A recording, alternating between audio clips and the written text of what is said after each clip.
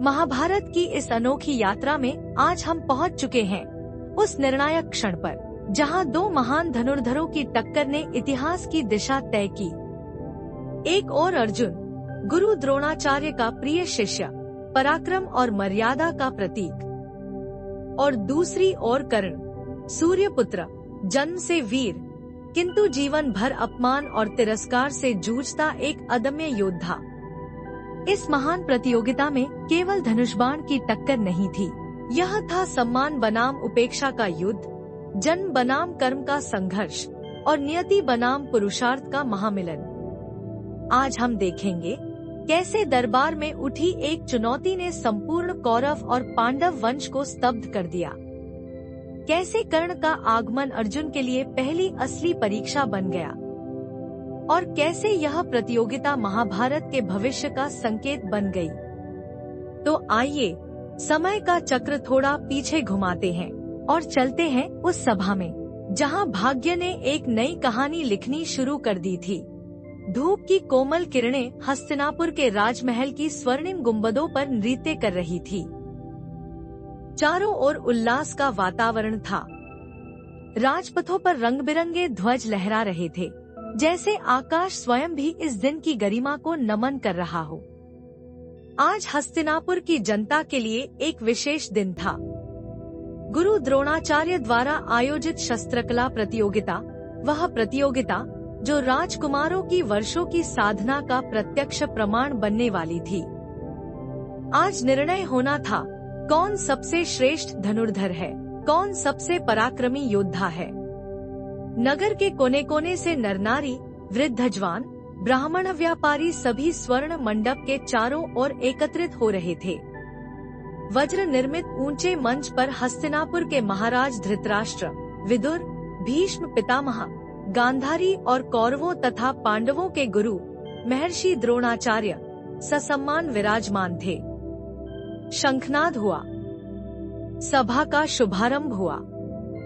कोमल वंशी और मृदंगों के स्वर ने आकाश में मधुर लहरियां बिखेर दी।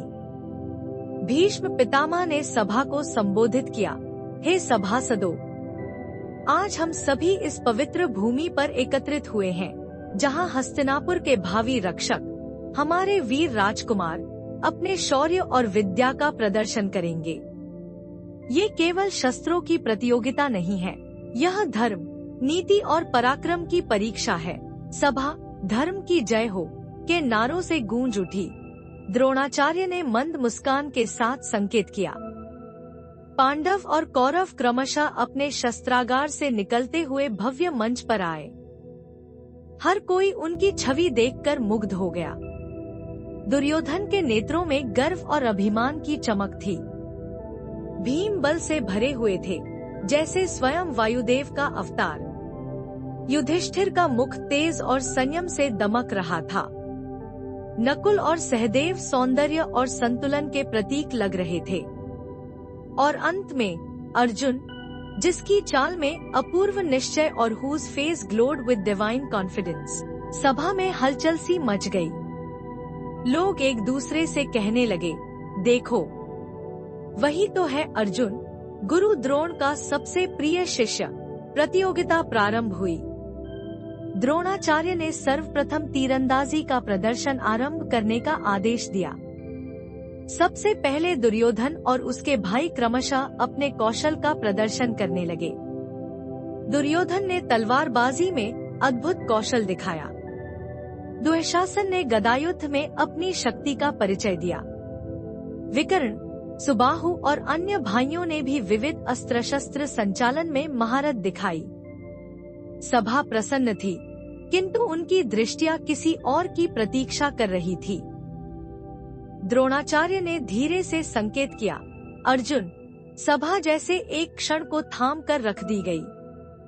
प्रतियोगिता प्रारंभ हुई।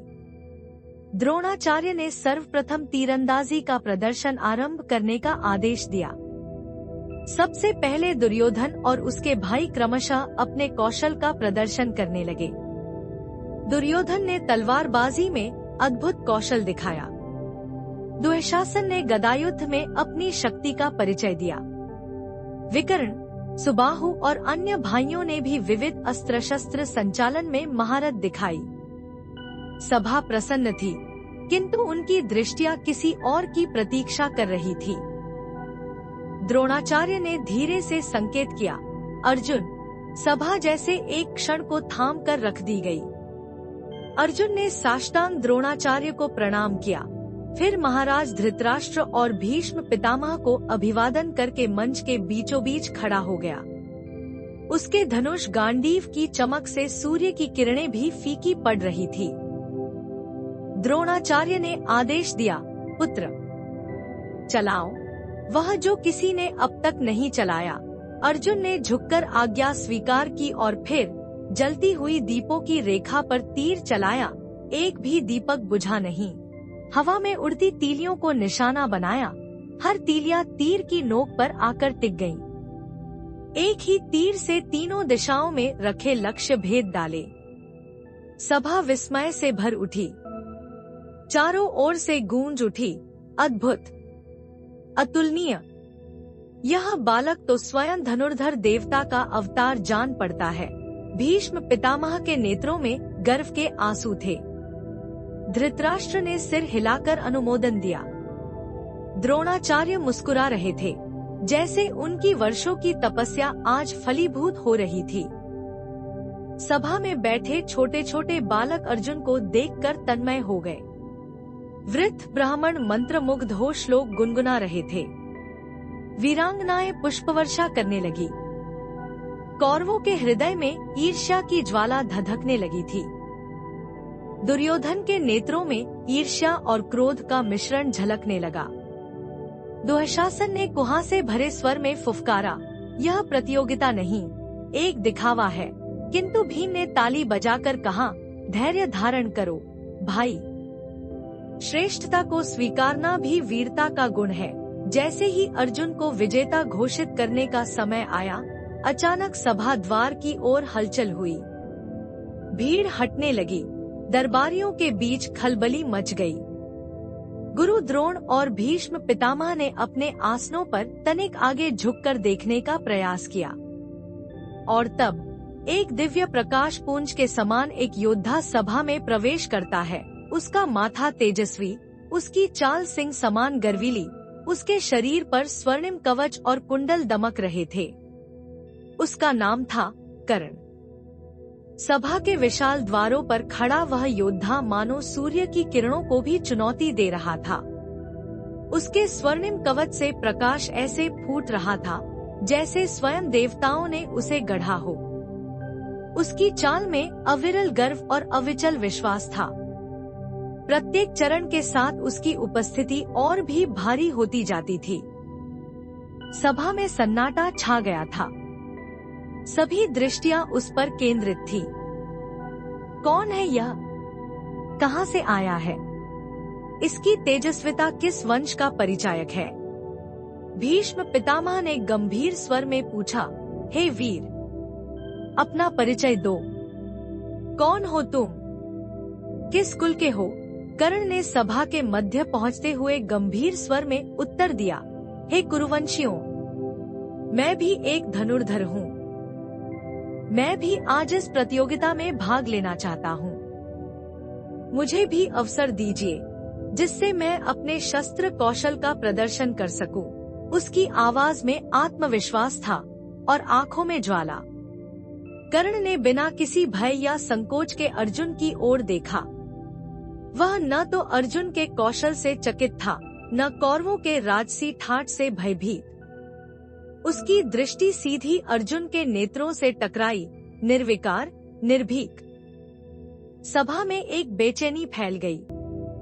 कुछ दरबारी एक दूसरे से फुसफुसाने लगे, यह कौन है? न तो इसे किसी ने पूर्व में देखा, न इसके कुल का कोई परिचय है। भीष्म पितामह ने गंभीर मुद्रा में कहा, हे वीर, यह प्रतियोगिता राजकुमारों के लिए आयोजित की गई है। यदि तुम किसी ज्ञात वंश या कुल के नहीं हो तो तुम इसमें भाग नहीं ले सकते। अपना वंश, अपना कुल बताओ। कर्ण कुछ क्षण मौन रहा। उसकी आंखों में एक वेदना की परछाई तिर गई, किंतु स्वर में कोई कंपन नहीं था। उसने कहा, हे महाबाहो, कुल और वंश का अभिमान एक जन्म विशेष का वरदान हो सकता है, परंतु शौर्य और पराक्रम आत्मा के पुरुषार्थ से जन्मते हैं। मैं अपने तीर और धनुष से अपने परिचय दूंगा, मेरे कर्म ही मेरा कुल है। सभा फिर से गूंज उठी, कुछ प्रशंसा में, कुछ उपहास में। दुर्योधन, जो अर्जुन के प्रदर्शन से पहले ही जल रहा था, इस मौके को हाथ से कैसे जाने देता। वह तत्क्षण खड़ा हुआ और ऊंचे स्वर में बोला, हे महर्षिगण, हे पितामह, अगर इस वीर का कुल उसकी महानता के सामने गौण है, तो मैं उसे आज ही अंग देश का राजा घोषित करता हूँ। अब वह भी एक राजा है और प्रतियोगिता में भाग लेने का पूरा अधिकार रखता है। सभा में एकाएक आश्चर्य का विस्फोट हुआ। कुछ लोग दुर्योधन की चतुराई की प्रशंसा करने लगे, तो कुछ निंदा करने लगे। कर्ण ने दुर्योधन को देखा, उनकी आंखों में एक मौन समझौता हुआ। शायद पहली बार उसे किसी ने बिना शर्त अपनाया था। कर्ण ने प्रणाम किया और कहा, हे राजकुमार दुर्योधन, आज आपने मुझे जो सम्मान दिया है, उसके बदले में मेरा जीवन भी अर्पण है। जब तक इस भुजाओं में बल है, मैं आपके सम्मान की रक्षा करूंगा। दुर्योधन हंसा और उसे अपने बगल में खड़ा कर लिया। अब कर्ण सीधे अर्जुन की ओर मुड़ा।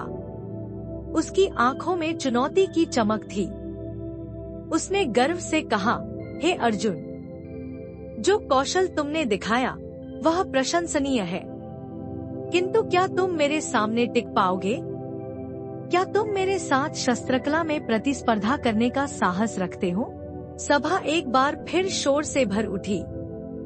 जनता उत्तेजना से उबल पड़ी। आज दो सूर्य टकराने वाले थे। सभा में उपस्थित एक और व्यक्तित्व इस पूरे दृश्य को मौन भाव से देख रहा था। यादव वंश के वासुदेव श्री कृष्ण। उनकी दृष्टि गंभीर थी। उनके अधरों पर एक क्षीण मुस्कान थी, मानो वह जानते हो कि आज जो बीज बोया जा रहा है, वह भविष्य में महाभारत के रणक्षेत्र में वटवृक्ष बनेगा। कृष्ण मन ही मन बोले, कर्ण और अर्जुन दो सूर्य, परंतु ध्येय भिन्न है, पथ भिन्न है। यह युद्ध भविष्य का संकेत है। गुरु द्रोण ने सभा को शांत करते हुए कहा, यदि दोनों योद्धा सहमत हैं, तो इस महान संग्राम का प्रारंभ हो। सभा ने शंखनाद किया। भूमि कंपायमान हो उठी। हवा में गंधर्वों के गीत गूंजने लगे। अर्जुन ने गांडीव उठाया।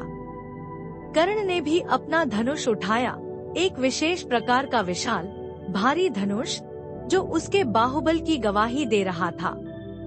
दोनों योद्धा आमने सामने खड़े थे। आकाश पर काले बादल घिरने लगे थे, जैसे स्वयं प्रकृति भी इस महान युद्ध की साक्षी बनना चाहती हो। दृश्य वर्णन। दोनों योद्धाओं की तैयारी।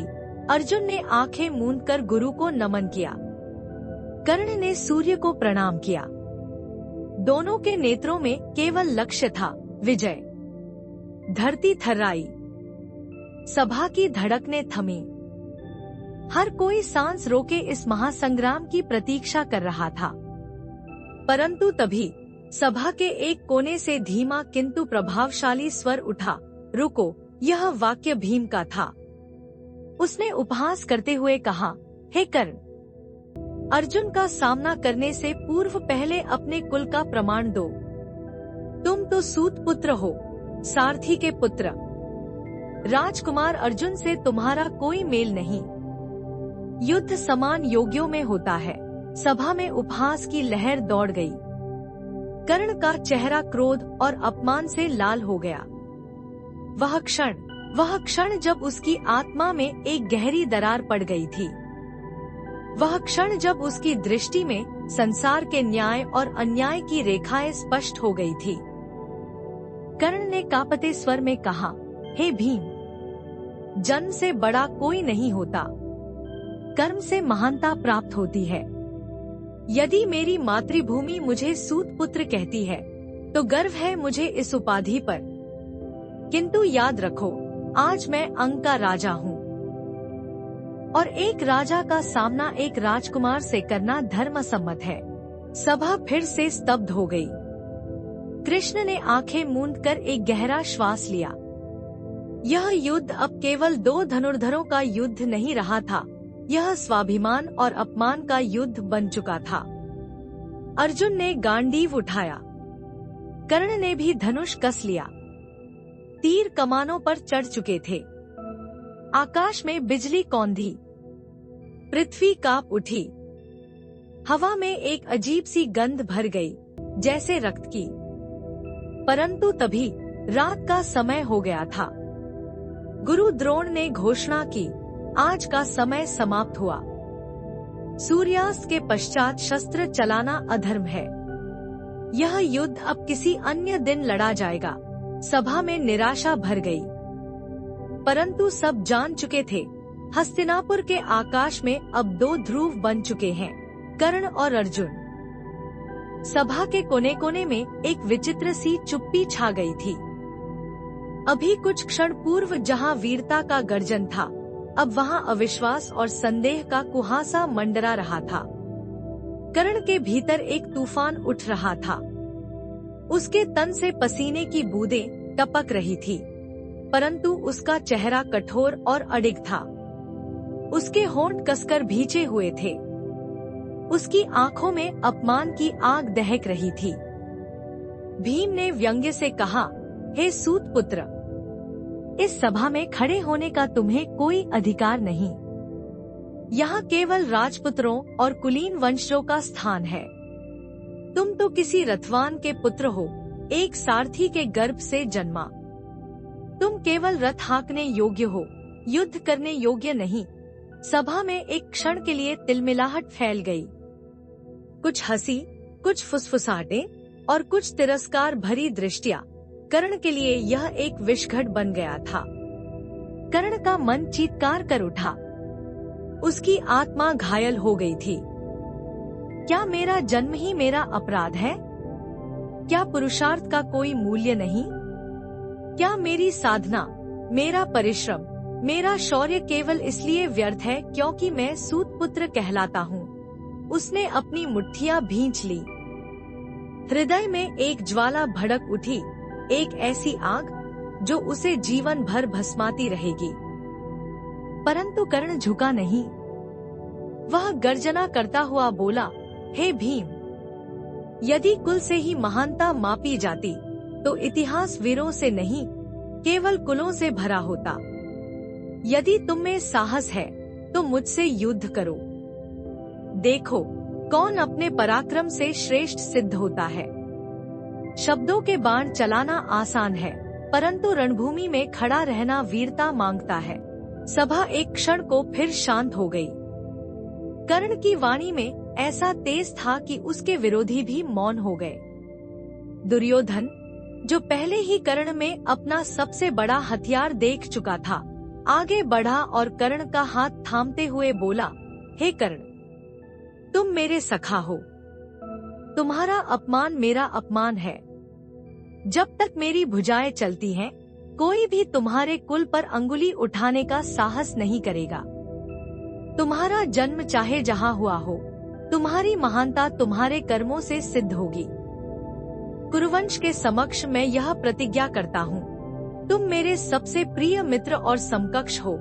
कर्ण की आंखों में आंसू छलक आए। आकाश में बिजली चमकी। मित्रता का यह अटूट बंधन यही बन गया था, एक ऐसा बंधन जो आने वाले युगों तक अमर रहेगा। सभा के एक कोने में गुप्त रूप से उपस्थित कुंती का हृदय फट रहा था।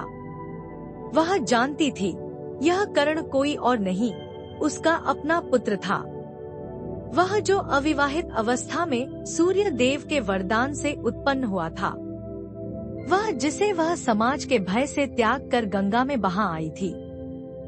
आज जब कर्ण को अपमान सहना पड़ा, उसकी आत्मा करा उठी। कुंती ने स्वयं से कहा, हे प्रभु, मैंने अपने पुत्र के साथ अन्याय किया। आज वह संसार के समक्ष सूत पुत्र कहलाता है, परंतु वह तो सूर्य का पुत्र है, क्षत्रिय है, राजसी कुल का वारिस है। परंतु मैं मैं उसे अपनी गोद में नहीं ले पाई। आज मेरे अपराध का फल वही भोग रहा है। कुंती की आंखों से आंसू बह निकले, लेकिन आज वह कुछ कर नहीं सकती थी। सिर्फ चुपचाप अपने पुत्र के अपमान को देखती रही, असहाय, विवश। वासुदेव श्री कृष्ण इस समस्त घटना को ध्यानपूर्वक देख रहे थे। उन्होंने अपने मन में सोचा, यह संसार जन्म को प्रधानता देता है, कर्म को नहीं। कर्ण का पराक्रम अद्भुत है, परंतु दुर्भाग्यवश वह अधर्मियों के साथ खड़ा होगा। उसकी व्यथा उसे अंधकार के मार्ग पर ले जाएगी। उसकी पीड़ा उसे रणभूमि में भीषण बनाएगी। कृष्ण की आंखों में करुणा थी। वे जानते थे कर्ण एक महान आत्मा है, परंतु उसकी नियति अत्यंत दुखद होगी। भीष्म पितामह ने सभा को विसर्जित करने की घोषणा की। ध्वनि धीमे धीमे मंद पड़ने लगी। लोग उठकर जाने लगे, परंतु कर्ण का अपमान जैसे आकाश में गूंजता रहा। अर्जुन, जो अब तक मौन था, भीतर ही भीतर यह स्वीकार कर चुका था, कर्ण एक महाप्रतिद्वंदी है। द्रोणाचार्य, जो कुलीनता के नियमों के समर्थक थे, फिर भी कर्ण के अद्भुत तेज से प्रभावित हो चुके थे। कृपाचार्य के नेत्रों में भी एक विचित्र सी गंभीरता थी। सभा छूट गई, परंतु आज हस्तिनापुर के इतिहास में एक नया अध्याय अंकित हो चुका था। सभा से बाहर निकलते हुए कर्ण ने मन ही मन एक मौन शपथ ली। हे पृथ्वी माता, आज मैं प्रण लेता हूँ, जब तक मेरी श्वास चलेगी, मैं अपने शौर्य से अपनी पहचान बनाऊंगा। मैं दिखाऊंगा कि एक सूत पुत्र भी सम्राटों से श्रेष्ठ हो सकता है। मैं अर्जुन को परास्त करूंगा, चाहे मेरा प्राण ही क्यों न चला जाए। मेरा जन्म मेरा बंधन नहीं, मेरी प्रेरणा बनेगा। कर्ण की आंखों में अब अपमान की अग्नि नहीं थी, अब वहाँ केवल लक्ष्य की ज्वाला थी। हस्तिनापुर के आकाश में दो दिव्य तारे टिमटिमा रहे थे, कर्ण और अर्जुन। दोनों योद्धा, दो पथ, दो ध्येय। भाग्य ने उन्हें शत्रु बनाया था। प्रेम, सम्मान और पहचान की खोज ने उन्हें दो ध्रुव बना दिया था। आने वाला महायुद्ध इसी बीज का फल था। और महाभारत का सबसे करुण अध्याय, कर्ण का जीवन, यहीं से प्रारंभ हुआ था। सभा के आकाश में जैसे बिजली सी कौंधी थी। भीष्म पितामह के मुख से सभा विसर्जन की घोषणा होते होते एक और अजय ऊर्जा का विस्फोट हो चुका था, कर्ण बनाम अर्जुन। दुर्योधन ने गर्जना करते हुए घोषणा की, यदि कर्ण को राजपुत्र मान लिया गया है, तो उसे अपनी वीरता का प्रमाण देना होगा। अर्जुन, क्या तुम कर्ण के साथ द्वंद्व के लिए प्रस्तुत हो? सभा जो जाने को थी, फिर थम गई। हर दृष्टि अब दो महान योद्धाओं पर टिकी थी। अर्जुन, जो अभी तक शांत था, अपनी वीरोचित मुद्रा में आया। उसने अपने धनुष गांडीव को उठाया।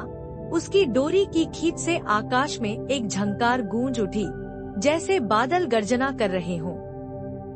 उसने गंभीर स्वर में उत्तर दिया, हे कुरुवंश, मैं प्रस्तुत हूँ। जो कोई भी मुझे चुनौती देना चाहता है, मैं उसे रणभूमि में उत्तर दूंगा। सभा में हलचल मच गई। कौरवों और पांडवों के अनुयायी अलग अलग समूहों में बंट गए। कुछ कर्ण के लिए जयकार कर रहे थे, तो कुछ अर्जुन के लिए। कर्ण ने भी अपने धनुष को उठाया। उसकी आंखों में भयंकर ज्वाला जल रही थी। अपमान की आग अब रण की भूख बन गई थी। कर्ण बोला, हे अर्जुन, तुम्हारे कुल का मान तुम्हारी ढाल बन सकता है, परंतु मेरी पीड़ा मेरी शक्ति है। आओ, देख ले कौन श्रेष्ठ है, जन्म या पुरुषार्थ। उसकी वाणी में ऐसी गरज थी कि सभा की दीवारें भी कांप उठीं। वातावरण गहन और भीषण हो गया था। मृदंगों की थाप, शंखों की गूंज और योद्धाओं के गर्जन ने सभा को युद्धभूमि में बदल दिया था। धृतराष्ट्र ने संजय से पूछा, हे संजय, क्या सभा में रक्तपात होगा? संजय ने विनम्रता से उत्तर दिया, महाराज, आज जो बीज बोया जा रहा है वही भविष्य में कुरुक्षेत्र का महासंग्राम रचेगा। यह केवल प्रारंभ है। अर्जुन ने अपने बाणों की तरकस को संभाला। उसने मंत्रपाठ करते हुए अपने अस्त्रों का आवाहन किया। कर्ण ने भी अपने कवच और कुंडल से दीप्त हो अपने धनुष पर बाण चढ़ाया। उसके शरीर से दिव्य तेज प्रकट हो रहा था, एक अपराजेय योद्धा का तेज। दोनों के नेत्रों में केवल एक लक्ष्य था, विजय। सभा में उपस्थित हर व्यक्ति की सांसें थम गई थी। भीष्म, द्रोण, कृपाचार्य, विदुर सभी ने गंभीरता से इस द्वंद्व को देखने के लिए स्थान ग्रहण किया। दुर्योधन के चेहरे पर एक चालाक मुस्कान थी। उसने शकुनी से धीमे स्वर में कहा, मामा शकुनी, यदि कर्ण आज अर्जुन को परास्त कर दे तो पांडवों का अभिमान चूर चूर हो जाएगा और फिर राज्य का द्वार मेरे लिए खुला रहेगा। शकुनी ने आंखें मटकाते हुए उत्तर दिया, दुर्योधन, आज के बाद अर्जुन के मन में भय का बीज बोया जाएगा और वही भय महाभारत का प्रारंभ बनेगा। कृष्ण शांत भाव से दोनों योद्धाओं को निहार रहे थे। उन्होंने मन ही मन सोचा, ये दोनों अग्नि की ज्वालाएं हैं। एक का हृदय धर्म से भरा है तो दूसरे का हृदय अपमान से। जब यह टकराएंगे तो पृथ्वी का कंपन भी महसूस किया जाएगा। आज यह द्वंद्व नहीं होगा, आज केवल भविष्य का पूर्वाभास होगा। अर्जुन और कर्ण ने धनुष उठाए। दोनों ने अपने बाण चढ़ाए। सभा में उपस्थित योद्धा भी थमकर देखने लगे। एक अदृश्य रेखा दोनों के बीच खींच दी गई थी, जो भविष्य में रक्त से रंगी जाएगी। अर्जुन ने गांडीव की डोरी खींची। उसका पहला बाण कर्ण के सिर के ऊपर से सनसनाता हुआ निकल गया। चेतावनी। कर्ण मुस्कुराया। उसने भी एक बाण छोड़ दिया, जो अर्जुन के पास से सटीक गुजर गया। जवाबी चेतावनी। सभा में रोमांच छा गया। हर कोई दंग था। यह केवल अभ्यास नहीं था, यह अहंकार की, आत्मा की, जीवन मरण की पहली घोषणा थी। भीष्म ने अपनी गदा भूमि पर दे मारी। भारी गर्जना हुई। उन्होंने आदेश दिया, युद्ध स्थगित करो। यह सभा युद्ध भूमि नहीं है। इस प्रकार का द्वंद्व केवल नियत समय और स्थान पर ही होना चाहिए। कर्ण और अर्जुन दोनों ने अपने अपने धनुष झुका दिए, परंतु उनके नेत्रों में द्वंद्व की ज्वाला जलती रही। कर्ण ने अर्जुन की ओर देखते हुए गरजते हुए कहा, हे अर्जुन, अभी तो केवल परिचय था।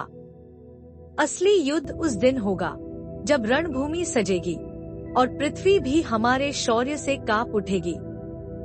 उस दिन देखूंगा तुम्हारा गांडीव अधिक प्रचंड है या मेरा पुरुषार्थ। अर्जुन ने संयमित किंतु दृढ़ स्वर में उत्तर दिया, हे कर्ण, मैं उस दिन की प्रतीक्षा करूंगा जब हम दोनों एक दूसरे को धर्म और अधर्म के सम्रांगण में चुनौती देंगे। वहाँ विजय धर्म की होगी। सभा विसर्जित हो गई, परंतु सबके हृदयों में एक प्रश्न गूंज रहा था, कौन श्रेष्ठ है, अर्जुन या कर्ण? कोई उत्तर नहीं था, केवल समय था जो स्वयं इसका साक्षी बनेगा। कुंती आंसुओं से भींगी दृष्टि से कर्ण को देखती रही। कृष्ण मौन रहकर भविष्य की उलझनों को सुलझाते रहे। दुर्योधन और शकुनी षड्यंत्र बुनते रहे और अर्जुन व कर्ण, दो सूर्य, एक ही आकाश में उदय होने की तैयारी कर रहे थे। सभा में अचानक सन्नाटा छा गया था। भीष्म पितामह की गदा भूमि पर दे मारी गई थी। ध्वनि इतनी तीव्र थी कि सबके हृदय कांप उठे। भीष्म गरजकर बोले, यह सभा धर्म और ज्ञान के लिए है, युद्ध का मैदान नहीं। अर्जुन और कर्ण, अपने शस्त्र धर दो। समय आएगा जब तुम दोनों के रणकौशल की परीक्षा होगी। उचित समय पर, उचित स्थान पर। उनके स्वर में आदेश था, विनती नहीं। उनके वचन शंख ध्वनि की भांति सभा में गूंज उठे। कर्ण ने धीरे से अपने धनुष को भूमि पर रखा। उसके नेत्रों में ज्वाला थी, न झुकी, न बुझी, केवल और भड़की।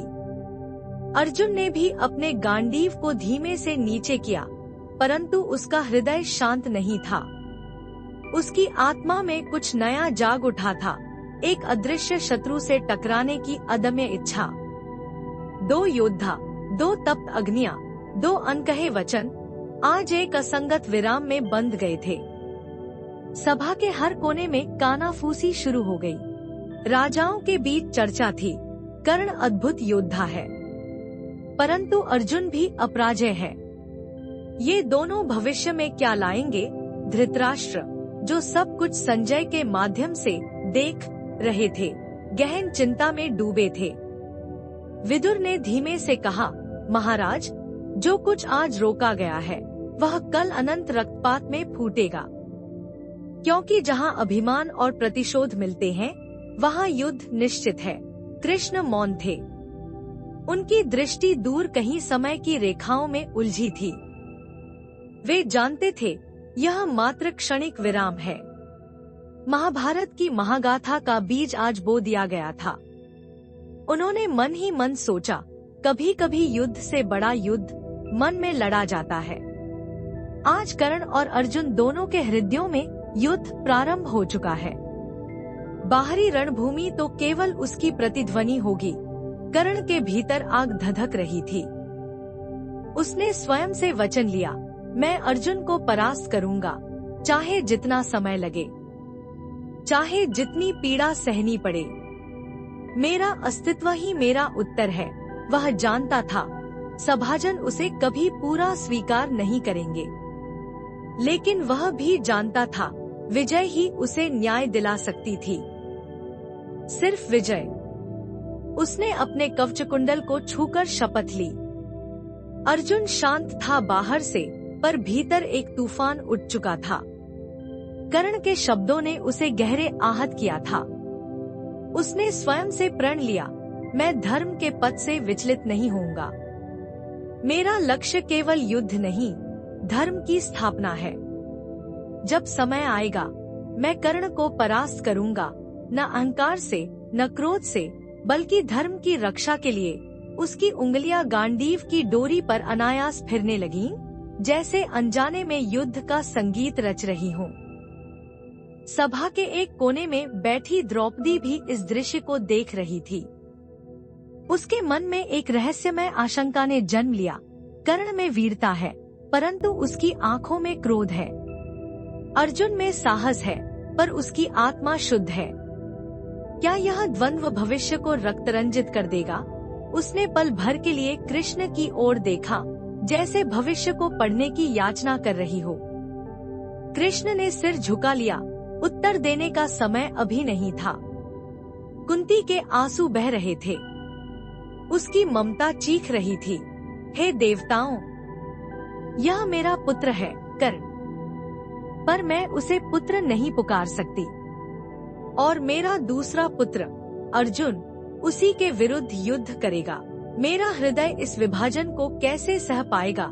कुंती की आत्मा फटी जा रही थी। माँ का दर्द इतना गहरा था कि शब्द भी उसे छू नहीं सकते थे। दुर्योधन के चेहरे पर विजयी मुस्कान थी।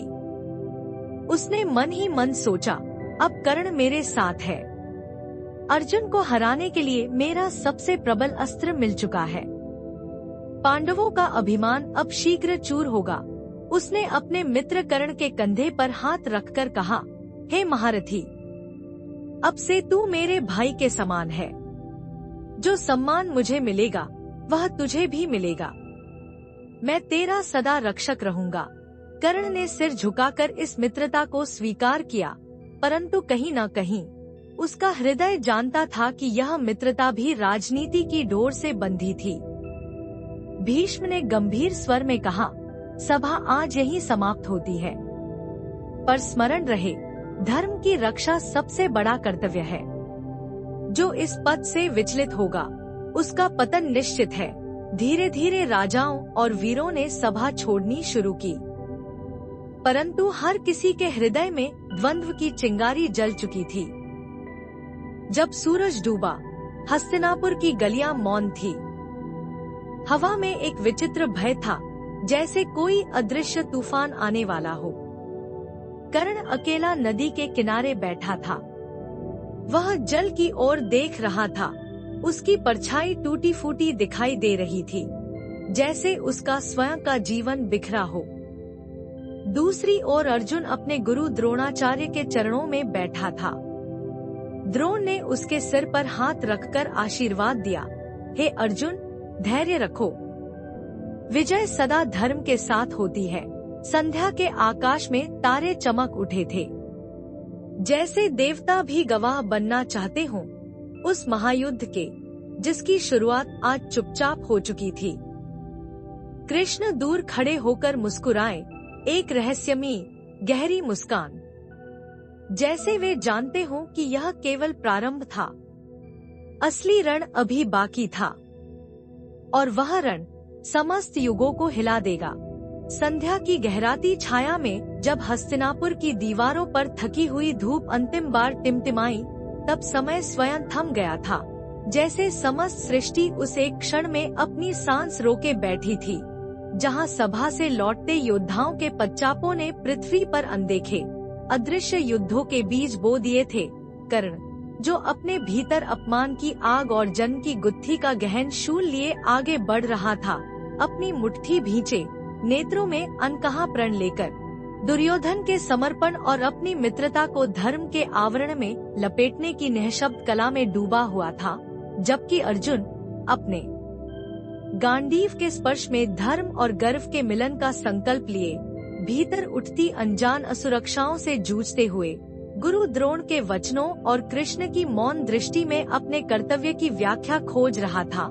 वही सभा के अन्य कोनों में भीष्म के मुख पर गहन विषाद था, जो जानते थे कि उन्होंने युद्ध टालकर भी केवल उसकी तिथि टाली है, क्योंकि क्रोध, अपमान और प्रतिशोध का बीज जब धरती में रोप दिया जाता है तो वह निश्चित ही रक्त से सींचा जाता है। विदुर, जिनकी आंखें भविष्य के महाविनाश को देख पा रही थी, मौन रहकर समय के खेल को स्वीकार कर रहे थे, और धृतराष्ट्र, जिनके अंधत्व से अधिक गहरी उनकी अनदेखी थी, अपने पुत्रों के स्वप्नों को टूटते देखने का साहस न जुटा पाने की दुर्बलता में डूबे हुए थे।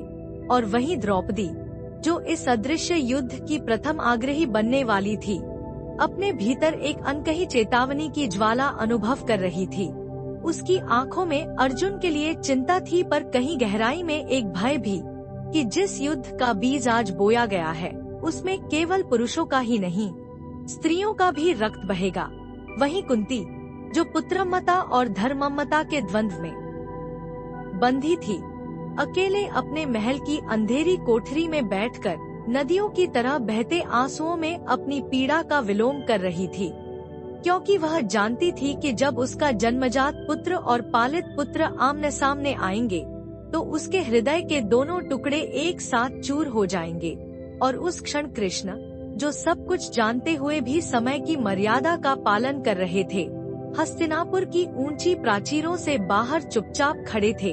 उनके नेत्र आकाश में तारे गिन रहे थे, जैसे अनंत ब्रह्मांड में भी इस एक छोटे युद्ध का कंपन लिखा जा चुका हो।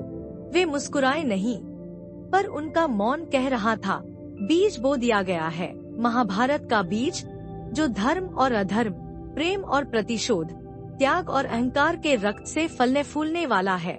और दूर कहीं आकाश के कोने में गूंजती एक सूक्ष्म शंखध्वनि ने समय को सावधान कर दिया था कि युग बदलने वाला है। पृष्ठों पर लिखी जाने वाली कहानी अब रुकेगी नहीं। एक पुत्र दूसरे पुत्र का वध करेगा, एक मित्र अपने ही मित्र को छल से हराएगा, एक स्त्री की पीड़ा पांचाल से कुरुक्षेत्र तक गूंजेगी, और देवताओं तक को युद्ध भूमि में उतरना पड़ेगा, जहां गीता का उपदेश जन्म लेगा और समस्त मानवता को शाश्वत धर्म का मार्ग दिखाएगा। किंतु यह सब अब भविष्य की कोख में पल रहा था। इस क्षण में, इस सांझ में, इस मौन में, जब हस्तिनापुर का समूचा अस्तित्व अपने आने वाले विनाश की पहली धड़कन सुन चुका था, और पृथ्वी ने भी अपनी छाती पर अज्ञात भय को महसूस करते हुए हल्की हल्की थरथराहट के साथ स्वीकार कर लिया था कि अब कुछ भी पहले जैसा नहीं रहेगा। क्योंकि जब वीरों के हृदयों में प्रतिशोध अंकुरित हो जाता है, तब राजा, ऋषि, देवी, पशु पक्षी, और स्वयं धरा भी उस युद्ध की ज्वाला से अछूते नहीं रहते। और अब वह बीज जो कर्ण और अर्जुन के भीतर, दुर्योधन के अभिमान में, भीष्म के धर्म संकट में और कृष्ण की मूक सहमति में बोया गया था, दिन ब दिन अपनी जड़ें मजबूत करेगा, रक्त से सींचा जाएगा और अंततः उस महायुद्ध का रूप लेगा जिसे युगों तक महाभारत के नाम से जाना जाएगा। और जब सभा के आखिरी दीपक भी बुझ गए और रात का साम्राज्य हस्तिनापुर की प्राचीरों पर अपनी ठंडी परछाइयां पसार चुका था, तब समय ने स्वयं को मौन के आवरण में ढक लिया और समस्त सृष्टि जैसे उस एक चिरकालिक क्षण में अटक गई, जब हर आत्मा अपने भीतर कोई अनकहा युद्ध लड़ रही थी। अर्जुन अपने श्वासों में गुरु के आदेश और अपने अस्तित्व के प्रश्नों का उत्तर ढूंढ रहा था, जबकि कर्ण अपने अपमान को हृदय में शूल की तरह गाड़े उस कसम का बीज बो चुका था जो एक दिन उसे संपूर्ण संसार के सम्मुख एक अमर कथा बना देगी। वहीं दुर्योधन अपने भीतर उमड़ते घुमड़ते अभिमान और प्रतिशोध की आंधी को सीने में दबाए मित्रता और सत्ता के स्वप्नों में अपने भविष्य की रेखाएं खींच रहा था। और दूर एक कोने में बैठे भीष्म अपनी प्रतिज्ञाओं की बेड़ियों में जकड़े देखते रहे कि कैसे हस्तिनापुर का वैभव धीरे धीरे काल के गर्त में डूबने के लिए अभिशप्त हो चुका था। वे जानते थे कि उनका मौन, उनकी निष्ठा और उनका धर्म संकट एक दिन इस वंश के समूल विनाश का कारण बनेगा। फिर भी वे अपूर्ण कर्तव्य की पीड़ा में जकड़े शून्य में निहारते रहे। वहीं विदुर अपनी चिरज्ञानी दृष्टि से भविष्य के रक्तरंजित चित्रों को पढ़ते हुए भी लाचार थे, क्योंकि सत्य जानने के बाद भी राजा के अंधत्व को भेदना सरल नहीं था। और धृतराष्ट्र जो सत्ता के मोह में अपने पुत्रों के दोषों को अनदेखा करते रहे, अपने सिंहासन के भारी परंतु खोखले आधार पर टिके, केवल अपने स्वप्नों के उजड़ने की अनहोनी से अनजान बने रहे। कुंती जो अपनी कोख से जन्मे पुत्र और अपने व्रत से प्राप्त पुत्रों के बीच फटी जा रही थी, उस रात चुपचाप अपने आंगन के खुले आकाश के नीचे बैठी रही, जहां तारे भी जैसे अपने उजाले से उसकी पीड़ा पर पर्दा डालने में असमर्थ थे। उसके आंसू पृथ्वी को भिगोते रहे, जैसे प्रत्येक बूंद में भविष्य के रक्तपात का एक मौन संकेत समाहित हो। वहीं द्रौपदी जिसके भाग्य में युगों का परिवर्तन लिखा था, अपने मन में उठती अनजानी आशंकाओं को शब्दहीन प्रार्थनाओं में बदल रही थी। और कृष्ण जो सब जानते थे, फिर भी लीला रूप में चुपचाप समय की डोर थामे खड़े रहे। उनके नेत्रों में करुणा थी, लेकिन साथ ही एक अटल स्वीकार्यता भी कि जो होना है वह होकर रहेगा, क्योंकि प्रकृति का नियम है कि विनाश के गर्भ से ही नवसृजन जन्म लेता है। और अब महाभारत का महाकाव्य अपने जन्म के एक निर्णायक मोड़ पर पहुंच चुका था, जिसमें नायक और खलनायक की सीमाएं धुंधली थीं। धर्म और अधर्म के बीच की रेखाएं निरंतर बदलती रहती थी और प्रत्येक पात्र अपने अपने सत्य और अपने अपने दोष के साथ इस अदृश्य महायुद्ध में बंध चुका था। चाहे वह सत्यवती के वंशज हों या द्रुपद के पुत्र, चाहे वसु के अवतार हों या स्वयं विष्णु के अंशधारी, सबको अपनी भूमिकाएं निभानी थी। जैसे कोई अदृश्य नाट्य निर्देशक उन्हें सूक्ष्म धागों से संचालित कर रहा हो। और जब समस्त हस्तिनापुर निद्रा में डूबा, तब भी उन धागों का ताना बाना बुनता रहा। हर श्वास, हर निःश्वास के साथ भविष्य के युद्ध की तैयारी होती रही। और धरती माँ, जिसने इस वंश के सभी राजाओं की जय पराजय देखी थी, अपने हृदय में एक गहरी करवट लेकर आगामी रक्तपात की आहट को महसूस कर रही थी।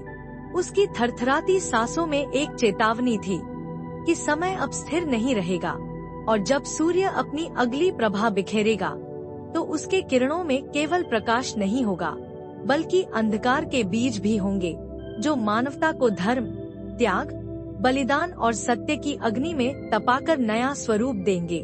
और इसी चेतना के साथ चिरशांति की इस रात में हस्तिनापुर ने अनजाने ही उस भविष्य को अंगीकार कर लिया, जिसमें भाई भाई का वध करेगा, गुरुओं को शस्त्र उठाना पड़ेगा, मित्रता को छलनी होना पड़ेगा और प्रेम को शूलों पर चलना होगा। लेकिन इसी विनाश से जन्म लेगा एक ऐसा अमृत ज्ञान जो कालजयी होगा और गीता के रूप में समस्त संसार का मार्गदर्शन करेगा। क्योंकि जब जीवन की सबसे गहरी अंधकारमय रात आती है, तभी एक नया प्रभात भी जन्म लेता है। और यही वह क्षण था जब हस्तिनापुर, अर्जुन, कर्ण, दुर्योधन, भीष्म, कृष्ण, द्रौपदी और समस्त कुरु वंश ने जाने या अनजाने अपनी आत्माओं पर महाभारत का प्रथम हस्ताक्षर अंकित कर लिया था, जो युगों तक इतिहास, धर्म और मानव चेतना के पन्नों पर अमिट रहेगा। और इस प्रकार समाप्त हुआ वह दिन, एक दिन जो केवल एक प्रतियोगिता नहीं था, बल्कि एक अदृश्य युद्ध की पहली झलक थी, जहां कर्ण और अर्जुन, दो अनमोल रत्न, भविष्य के महासंग्राम की भूमिका लिख चुके थे। भले ही सभा की भीड़ धीरे धीरे छंट गई, परंतु उन आँखों में, उन दिलों में, उन प्राणों में प्रतिस्पर्धा की वह अग्नि सुलगती रही, जो एक दिन संपूर्ण धरा को भस्म कर देगी।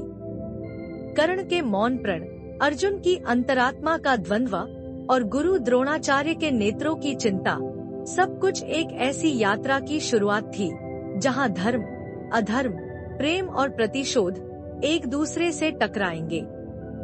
परंतु यह तो बस आरंभ था, क्योंकि नियति की अगली चाल अभी चलनी बाकी थी।